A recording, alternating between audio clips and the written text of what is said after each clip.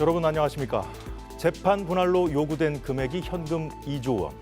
세기의 이혼으로 불리는 최태원 SK그룹 회장과 노소영 아트센터 나비 관장의 이혼 소송 항소심 선고 결과가 조금 전 나왔습니다. 항소심 재판부는 최 회장이 1조 3천억 원이 넘는 금액을 노 관장에게 지급해야 한다고 판결했습니다. 이 선고 내용 자세히 짚어보겠습니다. KBS 사회부 법조팀의 이호준 기자, 손수호 변호사가 함께하겠습니다. 두 분 안녕하십니까?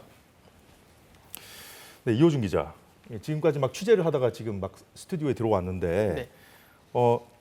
1심 재판부는 665억 원을 지급하라고 했는데 오늘 1조 3,800억 원, 엄청나게 늘었어요. 네, 그렇습니다. 방금 전 오후 2시에 선고가 내려졌는데요. 재판부는 노소영 관장에게 SK그룹 최태원 회장이 위자료로 20억 원, 그리고 재산분할로 1조 3,800억 원을 지급하고 이혼하라, 이렇게 판결했습니다. 네. 손수호 변호사님, 네. 제가 이제 오늘 변호사님 아까 이제 스튜디오 밖에서 만나서 네. 오늘 판결 한마디로 좀 평가를 해달라고 말씀드렸더니 한마디로 충격이다 이렇게 얘기를 하셨는데 왜 이렇게 대폭 증액이 된 겁니까? 네, 일단 가장 중요한 게 1심에서 인정되지 않았던 게 이번 항소심에서는 인정된 게 있습니다. 바로 가장 큰 비중을 차지하고 있는 이제 SK 주식회사의 예.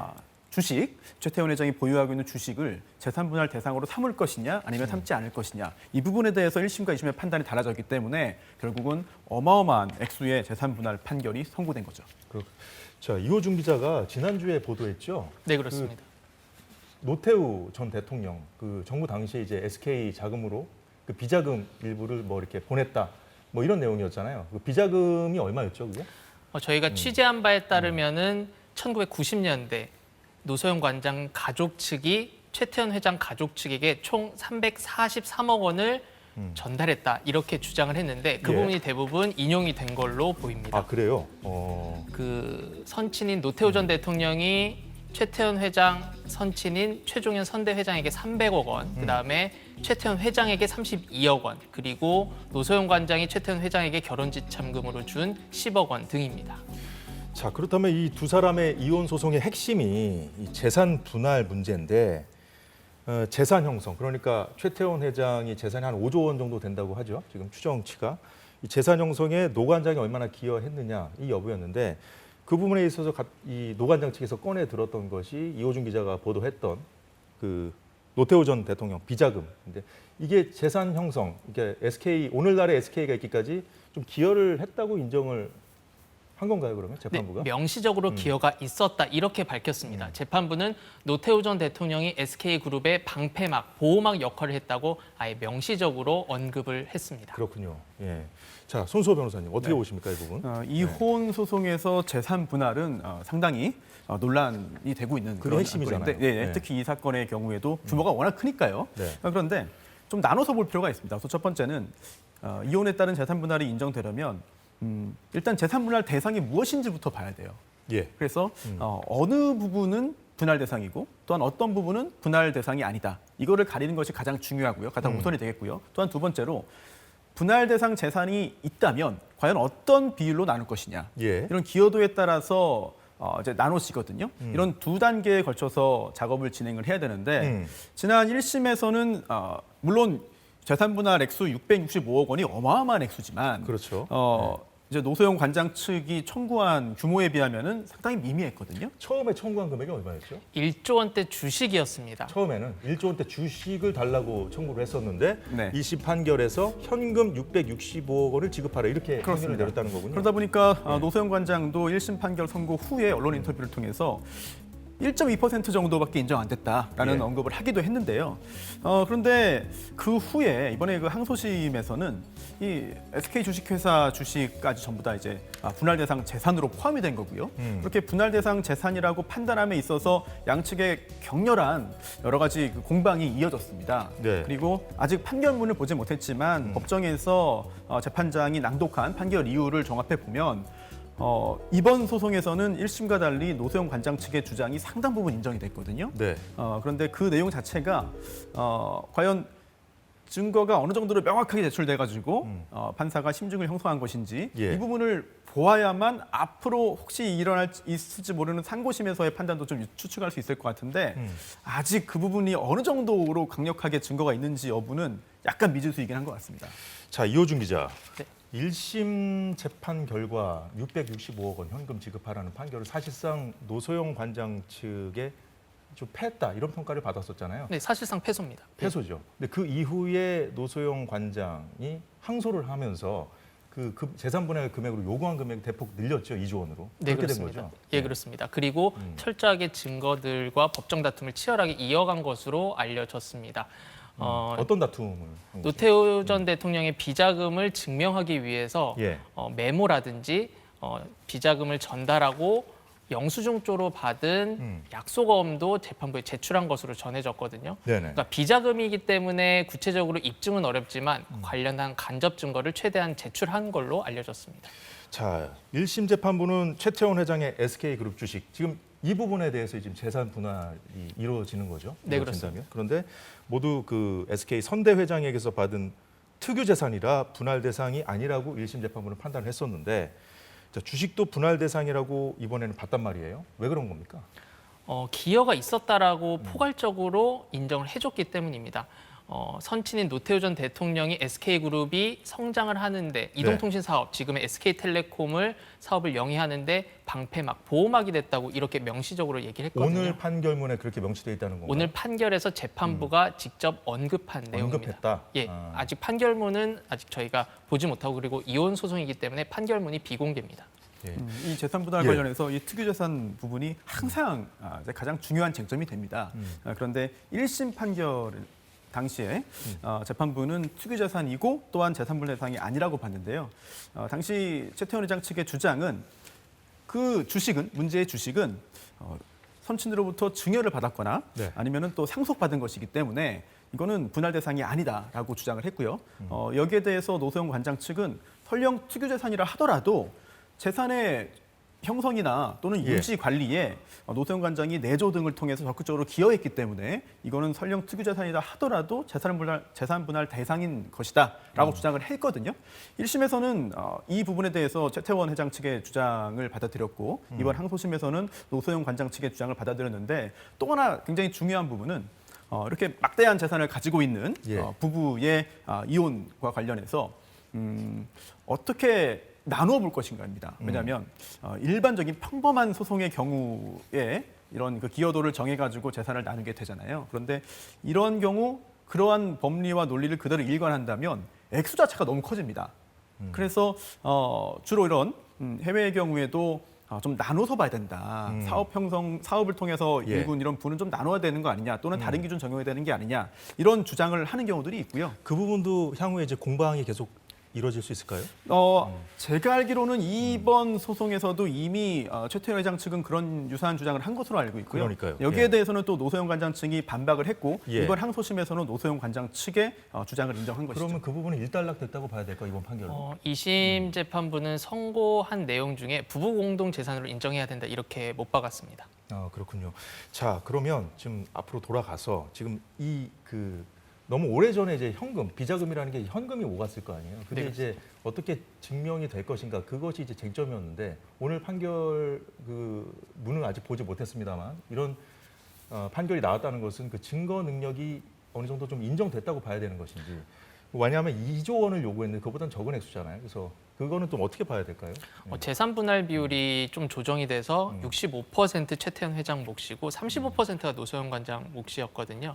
결국 노소영 관장이 주장한 노태우 전 대통령의 비자금 등을 상당 부분 받아들였으나 예. 재산 비율을 조금 조정하면서 지금 1조 3,8천억이 되지 않았나 이렇게 추산하고 있습니다. 그렇구나. 어쨌든 비자금이 인정됐다는 것, 비자금 자체가 이제 기여했다는 거는 인정이 된 것이고 그 이후에 이제 비자금이 들어가서 이 SK그룹이 지금 오늘날까지 성장하기까지 어느 정도 기여했느냐는 좀 더 따져볼 문제다. 이런 다른 차원이라는 것이죠. 네, 두 사실 가지가. 오늘 판결이 예. 곧바로 비자금 여부에 대해서 직접적으로 판단을 했냐라고 한다면은 그 부분은 좀 기다려볼 필요는 있습니다. 다만 오늘 판결의 좀 의미는 예. 양측이 치열하게 공방을 주고 받았는데 적어도 노소영 관장 측이 제출한 증거가 보다 더 믿을만하다. 최태원 회장 측이 제시한 여러 가지 반박보다는 좀 더 믿을만하다라는 판단을 한 것으로 보이고요. 네. 다만 판결문은 봐야겠습니다만 오늘 재판장이 낭독한 그 판결 이유들을 보면은 굉장히 다양한 쟁점들 그리고 그동안 첨예하게 대립했던 부분들 이 부분에 대해서 대체로 노소영 관장 측의 손을 들어줬고요. 그런데 이 부분에서 하나 중요한 것은 예. 이번 항소심 재판 과정에서 재판부가 20차례 넘게 이제 성명을 요구했다. 이 석명이라는 게 쉽게 풀었으면은 법령의 표현을 보면은 설명을 요구하는 겁니다. 그런데 재판부가 굉장히 여러 번 설명을 요구했다는 얘기는 예. 정확한 판단을 내리기 위해서 최선을 다했다는 측면도 있겠고요. 또한 두 번째로는 이 사건이 굉장히 중요하고 사회적으로 큰 파장을 일으킬 것이기 때문에 신중하게 판단하자라는 노력일 수도 있고요. 또 마지막으로는 상당히 애매한 부분이 있기 때문일 수도 있습니다.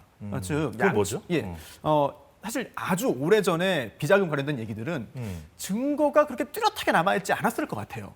물론 주장을 할 수 있고 간접적으로 추정할 수 있는 부분들이 있지만 어떤 명확한 하나의 증거로 승패를 나눌 수 없는 사정이 있지 않았을까. 그렇기 때문에 계속해서 그런 애매한 부분들을 좀 더 명확하게 밝히기 위해서 재판부가 노력을 한 정황이 좀 보이는 것 같습니다. 그렇군요. 자, 이호준 기자. 자, 네. 이 문제 오랫동안 취재해 오셨는데 그 두 사람의 이혼 소송 처음 시작된 것이 꽤 오래됐잖아요. 네, 그렇습니다. 2015년 최태원 회장이 일간지에 편지를 보내는 방식으로 이 관련된 소식이 처음 전해졌습니다. 어떤 혼외자가 있고 이혼을 원한다 이런 내용이었는데요. 2017년에 이혼 조정을 신청했지만 조정이 잘 안 됐고요. 이듬해 2018년에 최태원 회장이 소송을 제기를 했습니다. 노소영 관장은 가정의 가치 등을 중요하게 생각하면서 이혼에 반대하다가 2019년 맞소송 반소를 제기를 해서 본격적인 이혼 재판이 시작이 됐습니다. 최태원 회장이 2015년에 먼저 본인 스스로가 혼외자 존재를 밝히면서 그렇죠. 노 관장하고 이혼하겠다 선언을 했고 그 이후에 이제 법정 다툼이 시작된 것인데 이혼 소송을 제기했던 건 2018년이었죠.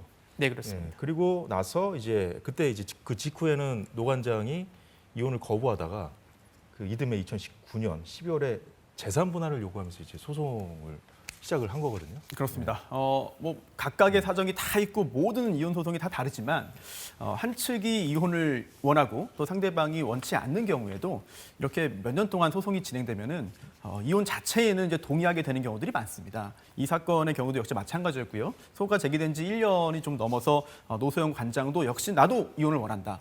하지만 내가 아니라 상대방이 잘못한 것이기 때문에 상대방으로부터 위자료를 받아야 하겠다라고 이제 반소를 제기했고요. 예. 1심에서도 인정이 됐습니다. 그 부분이. 그리고 역시 여러 가지 이런 개인적인 그런 그 사정이 있기 때문에 그런 반영해서 최태원 회장 측이 예. 이제 유책 배우자라는 판단이 나오게 된 것이죠.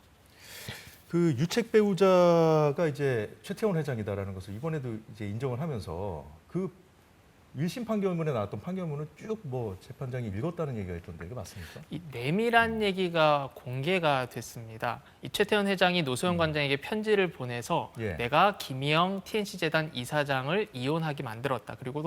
그리고 아이를 낳게 했다라고 밝힌 부분을 공개적으로 재판장이 오늘 언급한- 밝혔다는 거죠. 예, 그렇습니다. 어.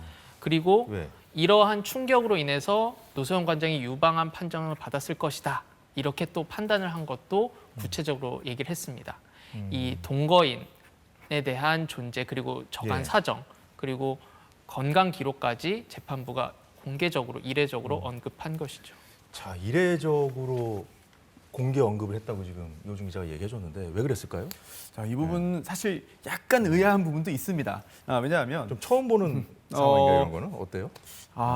그렇죠. 이렇게 많은 사람들이 관심을 가지고 또한 기자들도 취재를 열심히 하는 상황에서 그런 언급을 했다는 거는 예. 사실상 보도가 되어도 상관없다는 그런 그 의사인 것 같은데 여기에 따라서 좀 더 이제 그 소송에서 힘을 얻는 측도 있고 또 반대로 또 굉장히 좀 곤란해지거나 난감해지는 측도 있기 때문에 어찌 보면은 상당히 좀 민감한 그런 부분인 것 같긴 해요. 예. 그리고 또 하나 최근에 이 재산 분할 판단을 함에 있어서 비공식적입니다만 누가 더 잘못을 했느냐 네. 이 부분을 감안하는 경우들이 있습니다. 물론 공식적인 건 아니고요. 왜냐하면 재산 분할은 누가 잘했냐 잘못했냐를 따지는 것이 아니라 기여도만 따지는 것인데 그런데 또 이 기여도 판단에 있어서 누가 유책 배우자이며 또한 어느 정도의 잘못을 했는지 등을 감안하는 경우들이 있거든요.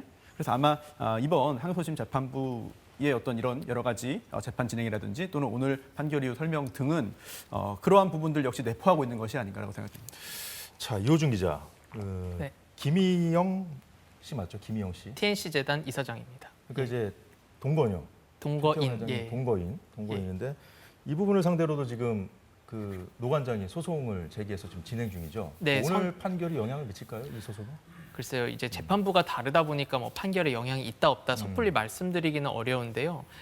노소영 관장은 김 이사장에게도 30억 원의 위자료를 청구를 했고 변론이 종결됐고 8월에 선고가 예정돼 있습니다. 그렇기 때문에 이 판결도 이혼 소송 이후 한 2달, 3달 후에 나오는데 이것도 한번 좀 주의 깊게 지켜봐야 될 부분이라고 생각합니다. 그렇군요. 다시 재산 분할로 좀 돌아가서요. 1조 3,800억 원. 이거 현금으로 줘야 되잖아요. SK가 지금. 이거 어떻게 지금 조달이 가능한 금액일까요? 어떻게 보십니까? 일단 주식은 지금 최태원 회장이 상당히 많이 보유하고 있습니다만 이렇게 현금을 조달하는 것이 그렇게 쉬운 일은 아니죠. 예, 그리고 또 언론 보도에 따르면 이미 1심 소송 과정에서 예. 노소영 관장 측이 그 해당 주식들에 대해서 처분금지 가처분을 지청해서 일부 인용됐다는 보도도 있거든요. 그렇다면은 그 주식을 가지고 뭔가 여러 가지 교섭이라든지 조율이 이루어질 수도 있겠습니다만 사실 지금 상황은 오늘 항소심 판결만 보면은 논란의 어떤 그 비자금 언급이라든지 네. 또는 그 외에도 뭐 증권사 인수 관련해 가지고 양측의 어떤 세부적인 주장이 완벽하게 충돌하는 지점들 이런 것들이 있기 때문에 예. 지금 단계에서 어떤 조율이 이루어지기는 쉽지 않을 것 같고요. 음. 따라서 최태원 회장 측에서 지금 상당히 여러 가지 좀 궁리를 해서 이 상황을 좀 타개하기 위한 좀 노력을 좀 하지 않을까 싶습니다. 그 가처분은 1심 선고 직후에 취소됐습니다. 그런가요? 예. 그렇군요. 예. 그 최태원 회장이 상고를 할까요? 하겠죠? 당연히 나왔는데. 상고가 예상이 되고 있고요. 이렇게 큰 금액의 재산 분할인 만큼 아마 대법원에서도 치열한 법리 다툼이 이어질 것으로 보입니다. 하지만 2심이 사실상 사실관계를 파악하는 마지막 단계여서요. 보통 그렇잖아요. 예, 그렇습니다. 그래도 대법원까지 한번 결과를 지켜봐야 될 것으로 그리고 보입니다. 어떻게 봐야 될까요? 앞으로 상황. 이제 저도 궁금한데. 기자님의 이야기에 공감을 하고요. 다만 이제 이런 유형의 사건에서 대법원까지 올라가서 판단을 한다면 뭐 사실 오인이라든지 아니면 법리 오해라든지 이런 그런 부분을 통해서 간접적으로 이제 사실관계 확정에 대해서 개입을 할 여지는 충분히 있어 보이거든요. 그리고 또한 물론 항소심 재판부가 면밀히 판단해서 가장 정확한 결론을 내놨다고 생각을 합니다만 예. 과연 양측의 아주 상반된 아주 오래전 이야기에 대한 주장 중에서 누구의 말을 좀 더 신뢰할 수 있다고 판단할 것이냐. 이 부분에 대해서 과연 어떤 증거가 있었기에 어느 한쪽의 입장을 인정한 것인지 굉장히 개인적으로도 궁금하거든요. 이런 부분들 만약 상고심이 열린다면 대법원에서도 꼼꼼하게 들여다볼 것으로 생각됩니다. 그렇군요. 그 두 분 말씀 들어보니까 1심 판결하고 2심 판결이 워낙 그 다르게 나와가지고 지금 한마디로 충격적이라고 하셨는데 이게 또 상고할 가능성은 거의 좀 높아 보이고 그렇죠? 네, 그렇습니다. 최태원 회장이. 그렇다면 근데 이제 확정 판결이 어떻게 나올 것인가 이거는 우리가 좀 예단하기 어려운 상황이 아닌가 싶기도 한데요. 어떻습니까, 이호준 기자? 아까 전에 보통 예. 이제 항소심이 나온 대로 보통 나오잖아요. 확정 판결이. 근데 이거는 이제 손수호 변호사 말 들어보면 이제 쟁점 사항이 좀 많은 상황이라 우리가 좀 예단하기 좀 어려울 것 같기도 한데요. 반대로 취지를 반대로 해석해서 파기환송될 수도 있거든요. 그래서 대법원의 판단은 한 번 더 지켜봐야 될 것으로 보입니다. 예, 지켜봐야겠군요. 1988년 세기의 결혼으로 만난 이 두 사람, 세기의 이혼은 누구에게 더 불행한 결혼으로 종지부를 찍게 될지 확정 판결까지 좀 지켜봐야 될 것 같습니다. 오늘 두 분 수고 많으셨습니다.